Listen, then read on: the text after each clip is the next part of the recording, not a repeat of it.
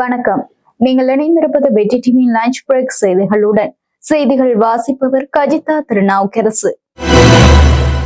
இலங்கையின் ஏற்றுமதி பொருளாதாரம் கடுமையான நெருக்கடியை எதிர்கொள்வதாக பொருளாதார ஆய்வாளர்கள் எச்சரிக்கின்றனர்.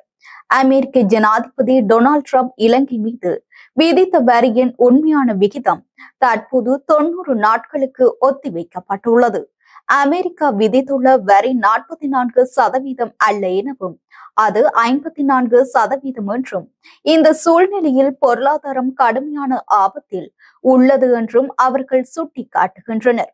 இந்நிலையில் ஜனாதிபதி அனுரகுமார தனது அனைத்து வேலைகளையும் ஒத்தி வைத்துவிட்டு உள்ளூராட்சி தேர்தலுக்காக அர்ப்பணிப்புடன் செயற்படுவதாகவும், அமைச்சரவை ஓய்வெடுப்பதிலும் உடல் நலம் தேறுவதிலும் மும்முரமாக இருப்பதாகவும், அதே நேரத்தில் மற்ற நாடுகள் வளர்ந்து வரும் உலகளாவிய வர்த்தக போரினால் ஏற்படும் சேதங்களை குறைப்பதில் கவனம் செலுத்துவதாகவும் அவர்கள் சுட்டிக்காட்டுகின்றனர். சிறுபோகத்துக்காக 90 மாவட்டங்களின் விவசாயிகளுக்கு தேவையான உரமானிய நிதி இன்று அவர்களின் வங்கி கணக்குகளில் வைப்பிலிடப்படவுள்ளது.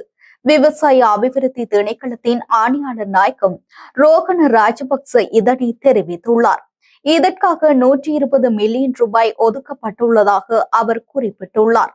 இதேவேளை சிறுபோக நெற்செய்கையில் ஈடுபடும் விவசாயிகள் அனைவரும் எலிக்காய்ச்சல் தடுப்பு மருந்துகளை பெற்றுக்கொள்ள வேண்டியது கட்டாயம் என்று அறிவிக்கப்பட்டுள்ளது. இந்த மருந்தினை அனைத்து பொது சுகாதார பரிசோதகர்களிடமும் இலவசமாக பெற்றுக்கொள்ள முடியும் என்று சுகாதார அமைச்சு அறிவித்துள்ளது. அதே நேரம் வயல்வெளிகளில் அல்லது அதற்கு அருகில் இம்முறை புத்தாண்டு நிகழ்வுகளை நடத்தும் போது எலிக்காய்ச்சல் குறித்து அவதானம் கொள்ளுமாறும் அறிவுறுத்தப்பட்டுள்ளது. பரிசுத்த பாப்பரசர் பிரான்சிஸின் மறைவை தொடர்ந்து வத்திக்கானின் தற்காலிக தலைவராக அமெரிக்க கர்தினால் கெவின் ஃபெரல் நியமிக்கப்பட்டுள்ளதாக வெளிநாட்டு ஊடகங்கள் தெரிவிக்கின்றன. இதேவேளை பரிசுத்த பாப்பரசர் பிரான்சிஸ் பக்கவாதம் மற்றும் மாரடைப்பு காரணமாகவே காலமானார் என்று வத்திக்கான் திருச்சபை உத்தியோகபூர்வமாக அறிவித்துள்ளது.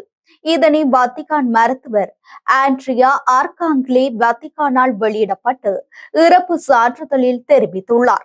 ரோமன் கத்தோலிக்க திருச்சபையின் திருத்தந்தையாக 12 ஆண்டுகள் இறைச்சேவையாற்றிய பரிசுத்த பாப்பரசர் பிரான்சிஸ் தனது 88வது வயதில் சென்ட் பீட்டர்ஸ் பெசிலிகாவில் உள்ள இல்லத்தில் நேற்று காலமானார்.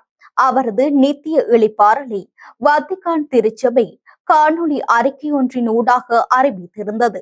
இதேவேளை பரிசுத்த பாப்பரசர் பிரான்சிஸிற்கு உலக நாடுகள் அஞ்சலி செலுத்தி வருகின்றமை குறிப்பிடத்தக்கது. தலதா மாளிகை புனித தந்ததாது கண்காட்சியினை பார்வையிடுவதற்கான சந்தர்ப்பம் 5வது நாளாகவும் இன்று பொதுமக்களுக்கு வழங்கப்பட்டுள்ளது. கண்காட்சியினை பார்வையிடுவதற்கு அனுமதிக்கப்பட்ட காலமானது நேற்று முதல் மேலும் 1 மணித்தியாலம் நீடிக்கப்பட்டுள்ளதாக அறிவிக்கப்பட்டுள்ளது. இதன்படி முற்பகல் 11 மணி முதல் பிற்பகல் 5:30 வரை கண்காட்சியினை பார்வையிடுவதற்கு அனுமதி வழங்கப்பட்டுள்ளது. தந்ததாது கண்காட்சி ஆரம்பமான நாளிலிருந்து சுமார் 4 லட்சத்துக்கும் அதிகமான பக்தர்கள் தந்ததாது கண்காட்சியை பார்வையிட்டுள்ளதுடன் வழிபாடுகளிலும் ஈடுபட்டுள்ளனர்.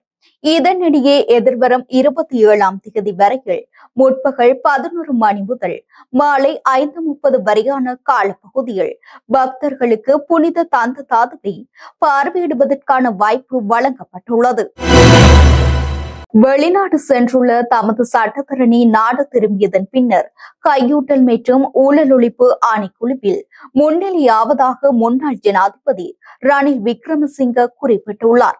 நாடாளுமன்ற உறுப்பினர் சாமர சம்பத் தசநாயக்கவின் கைது தொடர்பாக வெளியிட்ட கருத்து ஒன்றுக்காக வாக்குமூலம் பெறும் நோக்கில் ரணில் விக்ரமசிங்கவை கடந்த 17ஆம் தேதி கையூட்டல் மற்றும் ஊழல் ஒழிப்பு ஆணைக்குழு அழைத்திருந்தது. எனினும் புத்தாண்டு கால பகுதியில் தமக்கு சமூகம் அளிக்க முடியாது என்று பெரிதொரு தினத்தை வழங்குமாறும் ரணில் கோரியிருந்தார்.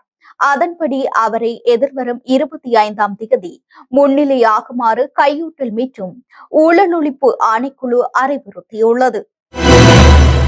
பயிர்களை சேதப்படுத்தும் வனவிலங்குகளின் கணக்கெடுப்பு அறிக்கையை நாளைய தினம் வெளியிட திட்டமிடப்பட்டுள்ளதாக விவசாய அமைச்சு தெரிவித்துள்ளது. இந்த கணக்கெடுப்பில் குரங்குகள், மர அணில் மற்றும் மயில் உள்ளிட்ட விலங்குகள் அடங்குகின்றன.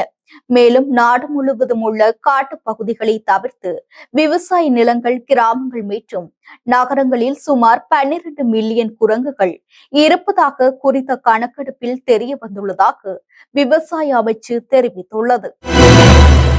பரிசுத்த பாப்பரசர் பிரான்சிஸ் பக்கவாதம் மற்றும் இதய செயலிழப்பு காரணமாக உயிரிழந்துள்ளதாக வத்திகான் தெரிவித்துள்ளது. பாப்பரசர் பிரான்சிஸ் தனது 88 வயதில் நேற்றைய தினம் காலமானார். பக்கவாதம், கோமா மற்றும் மீள முடியாத இருதய சுற்றோட்ட செயலிழப்பு ஆகியவற்றின் காரணமாக மரணித்துள்ளதாக வத்திகான் சுகாதார பணிப்பாளர் பேராசிரியர் ஆண்ட்ரியா ஆர்காங்லி கையொப்பமிட்ட இறப்பு சான்றிதழில் குறிப்பிடப்பட்டுள்ளது. முன்னாள் சுகாதார அமைச்சர் ஹெகலி ராம்பக்வெல்லவுக்கு எதிரான வழக்கை விசாரிக்க 3 அடங்கிய நீதிபதிகள் ஆயத்தை நியமிக்குமாறு சட்டமா அதிபர் கோரிக்கை விடுத்துள்ளார். சட்டமா அதிபர் பிரதம நீதி அரசரிடம் இந்த கோரிக்கையை விடுத்துள்ளதாக தெரிவிக்கப்பட்டுள்ளது. தரமற்ற ஈமோகுளோபின் இறக்குமதி தொடர்பான வழக்கு விசாரணை மேற்கொள்ளவே 3 அடங்கிய நீதிபதிகள் ஆயத்தை நியமிக்குமாறு கோரப்பட்டுள்ளது. நல்ல தண்ணியிலிருந்து கிணிகத்தேனை பொல்பிட்டிய நோக்கி சென்ற மோட்டார் வாகனம் ஒன்று வீதியை விட்டு விலகி சுமார் 300 அடி பள்ளத்தில் பாய்ந்து கெசல் கமுவ ஓயாவில் விழுந்ததில் பயங்கர விபத்தொன்று ஏற்பட்டுள்ளது. விபத்தில் மோட்டார் வாகன சாரதி காயமடைந்து லக்சபான பிராந்திய வைத்தியசாலையில் அனுமதிக்கப்பட்டுள்ளதாக தெரிவிக்கப்பட்டுள்ளது. இந்த விபத்து இன்று காலை 7:15 மணியளவில் நல்ல தண்ணி கிணிகத்தேனை பிரதான வீதியில் உள்ள நோர்டன் பிரிட்ஜ் எடிட் பகுதியில் நிகழ்ந்துள்ளது. பயணித்துக் கொண்டிருந்த மோட்டார் வாகனத்தில் திடீரென ஏற்பட்ட இயந்திர கோளாறு காரணமாக சாரதியின் கட்டுப்பாட்டை இழுத்த மோட்டார் வாகனம் வீதியை விட்டு விலகி பள்ளத்தாக்கில் கவிழ்ந்ததாக தெரிய வந்துள்ளது. இந்த விபத்தில் மோட்டார் வாகனம் கடுமையாக சேதமடைந்துள்ளதாக போலீசார் தெரிவித்துள்ளனர். அமெரிக்காவின் புளோரிடா மாகாணத்தில் உள்ள ஆர்லாண்டோ சர்வதேச விமான நிலையத்தில் இருந்து புறப்பட தயாராக இருந்த விமானத்தில் திடீரென தீப்பிடித்தது பெரும் பரபரப்பை ஏற்படுத்தியுள்ளது. விமானம் தீப்பிடித்த வேளை விமானத்தில் இருந்த 300 பயணிகள் உடனடியாக பாதுகாப்பாக வெளியேற்றப்பட்டதால் பெரும் விபத்து தவிர்க்கப்பட்டது. இந்த தீ விபத்து தொடர்பான காணொலி இணையத்தில் வெளியாகி அதிர்ச்சியை ஏற்படுத்தியுள்ளது. இந்த சம்பவம் குறித்து விசாரணை நடத்தப்படும் என்று விமான போக்குவரத்து நிர்வாகம் தெரிவித்துள்ளது. இந்த ஆண்டு இலங்கை போலீஸ் சேவையில் 5000 அதிகாரிகளை இணைத்துக் கொள்ள நடவடிக்கை எடுக்கப்பட்டுள்ளதாக பொது பாதுகாப்பு அமைச்சர் ஆனந்த விஜயபால தெரிவித்துள்ளார். அதன்படி 2000 அதிகாரிகளை மிக விரைவாக பணியமர்த்த திட்டமிடப்பட்டுள்ளதாகவும் மீதமுள்ள 3000 பேர் டிசம்பரில் பணியமர்த்தப்படுவார்கள் என்றும் அவர் குறிப்பிட்டுள்ளார். போலீஸ் நிலைய பொறுப்பதிகாரி உள்ளிட்ட போலீஸ் அதிகாரிகளிடையே திங்கட்கிழமை இடம்பெற்ற இணையவழி கலந்துரையாடலின் போது அமைச்சர் இதனை தெரிவித்துள்ளார். மட்டக்களப்பு ஏறாவூர் பட்டு சங்களடி பிரதேச செயலாளர் பிரிவுக்குட்பட்டு பாலர்சேனை பகுதியில் சங்குளக்குளம் ஒரு சில தனி நபர்களினால் உடைக்கப்படுவதாக தெரிவித்து அப்பகுதி மக்கள் ஆர்ப்பாட்டத்தில் ஈடுபட்டுள்ளனர். குறித்த ஆர்ப்பாட்டம் நேற்றைய தினம் செங்கலடி பிரதேச செயலகம் முன்னால் இடம்பெற்றுள்ளது. செங்கலடி சந்தி பிரதான வீதி சந்தியில் ஒன்றிணைந்த இலுப்படிச்சேனை கிராம மக்கள் பேரணியாக செங்கலடி பிரதேச செயலகம் வரை சென்று செங்கலடி பிரதேச செயலகம் முன் ஆர்ப்பாட்டத்தில் ஈடுபட்டதுடன் செயலக வளாகத்துள்ளும் நுழைந்து ஆர்ப்பாட்டத்தில் ஈடுபட்டுள்ளனர். உயிர்த்த ஞாயிறு தாக்குதல் இடம்பெற்று 6 ஆண்டுகள் நிறைவடைந்துள்ள நிலையில் இலங்கையில் நீதி, பொறுப்புக்கூறல் மற்றும் நீடித்த அமைதிக்கான தனது அழைப்பை ஐக்கிய நாடுகள் சபை மீண்டும் வலியுறுத்தியுள்ளது. பாதிக்கப்பட்டவர்களின் குடும்பங்கள் இன்னும் பதில்களுக்காக காத்திருப்பதாகவும் இடம்பெற்று வரும் விசாரணைகளில் வெளிப்படைத்தன்மை மற்றும் உரிய செயல்முறையை நிலைநிறுத்துமாறு அரசாங்கத்தை வலியுறுத்துவதாகவும் ஐக்கிய நாடுகள் வதிவிட ஒருங்கிணைப்பாளர் மார்க் ஆண்ட்ரோ பிரெஞ்ச் தெரிவித்துள்ளார். உயிர்த்த ஞாயிறு பயங்கரவாத தாக்குதல்கள் இடம்பெற்று நேற்றுடன் 6 ஆண்டுகள் நிறைவடைந்துள்ளமை குறிப்பிடத்தக்கது. வத்தளை எவரிவத்தை பிரதேசத்தில் 2 முச்சக்கர வண்டிகள் நேருக்கு நேர் மோதி விபத்துக்குள்ளானதில் குழந்தைகள் உட்பட பலர் காயமடைந்துள்ளனர். இந்த விபத்து ஞாயிற்றுக்கிழமை இடம்பெற்றுள்ளது. முச்சக்கர வண்டியொன்றின் சக்கரம் கழன்று விழுந்ததால் சாரதியின் கட்டுப்பாட்டை இழந்து முச்சக்கர வண்டி எதிர் திசையில் பயணித்த முச்சக்கர வண்டியுடன் மோதியதில் இந்த விபத்து இடம்பெற்றுள்ளது.